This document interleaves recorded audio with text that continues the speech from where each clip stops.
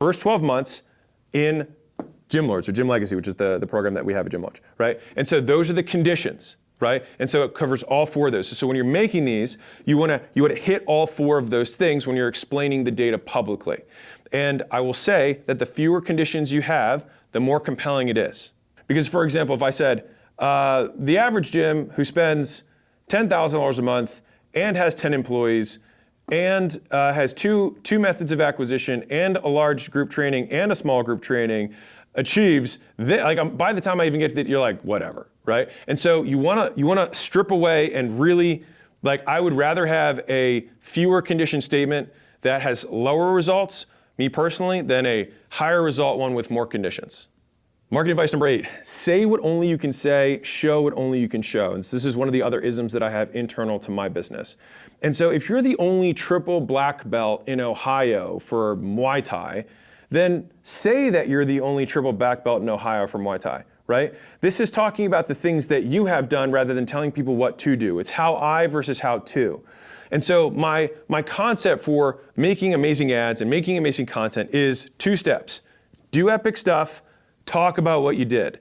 And so you can outcome people or you can outwork them. So it starts with the outworking, and then the outworking creates the outcoming, and the outcoming is a much shorter headline, but the outworking them still works, right? I can start by saying, hey, I wrote these 2 books. Writing 2 books would be an outworking thing. Like anyone could do it, there's no outcome, but hey, I wrote these 2 books. But then if the books are good, then I get the outcome, which is that we sold over 1 million copies. They're still number 1 and number 2 in marketing to this day, multiple years later. And so the idea is that first you do the work and then you get the outcome. But most people want to say epic stuff having done none of it.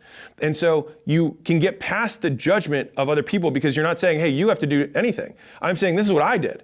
And so the idea is that everybody wants a return on their time, all right? And I remember hearing this first concept from Eric, who's a YouTuber, and he said, dude, I made this thing where I went on 100 dates in, basically I did an entire season of The Bachelor, but I did it in 16 minutes. He's like, what a steal. And he said that to me, and I was like, man, such an interesting concept. Like, he just took something that was really long and made it really short, and he crammed it in there. So value per second was super high. And I'll just give you this one, is that it's not about seconds of value, it's value per second. That's what matters. Like everybody has access to infinite information. So you just saying I'm gonna give you more stuff is not helpful. What you wanna do is curate it and pack it and distill it and crystallize all the value in as tight a package as humanly possible so that their value per second skyrockets.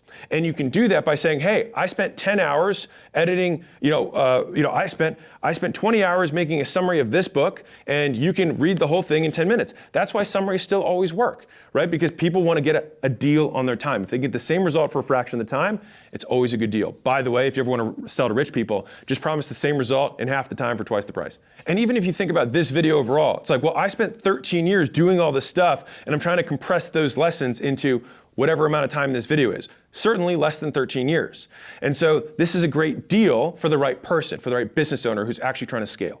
So how do you actually do this? So if I had a marketing agency showing what only I can show, I want to demonstrate. And so rather than say, hey, I'm going to get you leads, what I want to do is get on a sales call and I'm going to play what a live lead that I got for one of my companies, one of my clients sounds like. And I'd be like, hey, listen to this call, it's a minute long. Do you think you could you take 50 of these a month? Wow, so much more compelling than saying, I'll just get you 50 leads. They're actually getting a fractionalized version. They're getting a taste of what it looks like to be in the future, right? They're experiencing the result vicariously through the other person. And fundamentally, that's what a good testimonial does, is they put themselves in the shoes of the person who got the result, and then they put a discount on that and say, okay, how likely is that for me? And that's what I'm willing to pay. Now, if it were guaranteed, then all money-making opportunities would be worth it because, hey, if you spend $1,000 to make $100,000 a year by buying this course, then everyone would buy it if they knew for sure it would happen. That'd be an amazing deal. The problem is that people apply a discount to it because of how unlikely it is for them. And so we want to increase that likelihood by showing them rather than telling them, right?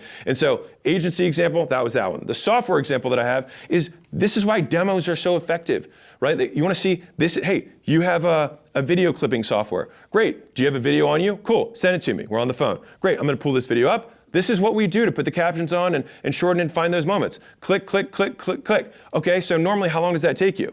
Well, it takes me this long. Well, watch me do it. Click, click, click. Wow, would that make your life easier? Yes, cool, boom, they go in, right? You're demonstrating in advance. And I'll give you a final one. When I was at my gym in Huntington Beach, so my first location I ever had, I remember this, I had a door-to-door sales guy who came up. all right?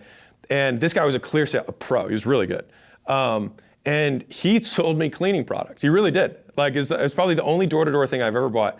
And it was just because it was such a good sale. And he had it down, it's so tight. I think he was in and out in like 13 minutes, like it was stupid.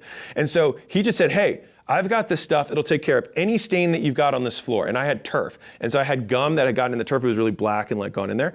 And so he just took that thing and he poured it on the gum and he just got on his hands and knees, he scrubbed it and it actually came out. And the gum was actually impossible to get out. And I was like, wow, like I didn't have to think, will this work for me? He just did it in front of me on a stain I actually had. And he's like, cool, looks like you got 20 other stains. If this is worth it, it's $100 for this stuff. So I paid $100 for some cleaning supplies, but it was totally worth it, right? And I ended up using that stuff for actually years because he sold me fucking huge gallons of it, right?